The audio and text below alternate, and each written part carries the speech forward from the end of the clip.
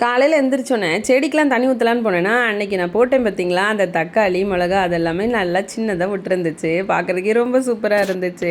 அப்புறம் அத்தை இன்றைக்கி ரசம் மட்டும் தான் வச்சுருந்தாங்களா, சரி எதாவது சைடு செய்யலான்னு பார்த்தா விற்கிறதுக்காக வச்சுருந்தேன். உருளைக்கிழங்குல ஒரு 4 கரலங்க ஆட்டையை போட்டு எப்பயும் போல் நம்ம உருளைக்கிழங்கு ஃப்ரை பண்ணிடலாம் அப்படின்னு சொல்லிட்டு உருளைக்கிழங்கு ஃப்ரை பண்ணிவிட்டு அதுக்கப்புறம் என் பையனுக்கு பேக் பண்ணி அவனை ஃபஸ்ட்டு ஸ்கூலுக்கு அனுப்பிச்சிட்டேன்.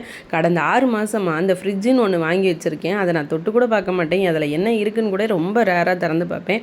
ஏன்னா அத்தை தான் காய்கறிகள்லாம் விற்கிறதுனால அதில் வச்சு யூஸ் பண்ணுவாங்க.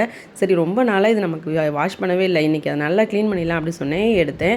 இதில் நான் எப்போ வச்சுன்னு எனக்கே தெரியல. இந்த மருதாணி கோன் எதுக்கெலாம் யூஸ் பண்ணுறேன் பார்த்தீங்களா, அதெல்லாம் எடுத்துகிட்டு ஒழுங்கு வச்சுட்டு இதை நல்லா கழுவுனேன். ஃப்ரிட்ஜுக்கு வந்து எனக்கு ஒரு ஃப்ளாஷ்பேக் இருக்குது. எனக்கு ரொம்ப பிடிச்சது, என்னோடய சேமிப்பில் நான் ஃபஸ்ட்டு வீட்டுக்குன்னு பொருள் வாங்கினது இந்த ஃப்ரிட்ஜு தான். அதனால் அது எனக்கு ரொம்ப பிடிக்கும். ஃப்ரிட்ஜு தானேம்மா வாங்கினேன், என்னமோ வீடு வாங்கின மாதிரி பேசுகிறிய அப்படின்னு யாரும் நினைக்காதீங்க. ஏன்னா எனக்கு அப்போது என்னோடய சுச்சுவேஷனில் நான் 6-7 வருஷத்துக்கு முன்னாடி இந்த ஃப்ரிட்ஜ் வாங்கும்போது அது வீடு வாங்குற மாதிரி இருந்துக்கு. எனக்கு அந்த மாதிரி ஒரு ஃபீல் இருந்துச்சு. அதனால் எனக்கு இந்த ஃப்ரிட்ஜ் வந்து ரொம்ப பிடிக்கும். எல்லாத்தையும் சூப்பராக பர்ஃபெக்டாக க்ளீன் பண்ணிவிட்டு எல்லாத்தையும் இருந்த மாதிரியே அந்தந்த இடத்துலையும் அரேஞ்ச் பண்ணிட்டேன். ஆனால் நான் வேலைக்கு போகணும் அப்படிங்கிறதே மறந்து இன்ட்ரெஸ்ட்டாக வேலை பார்த்துக்கிட்டு இருந்தேன். அதுக்கப்புறம் பார்த்தா டைம் ஆயிடுச்சு. வேகமாக வேலையை முடிச்சுட்டு நான் வேலைக்கு கிளம்பி போயிட்டேன். என்னோடய விளாக் பிடிச்சிருந்தா கண்டிப்பாக லைக் பண்ணி சப்ஸ்கிரைப்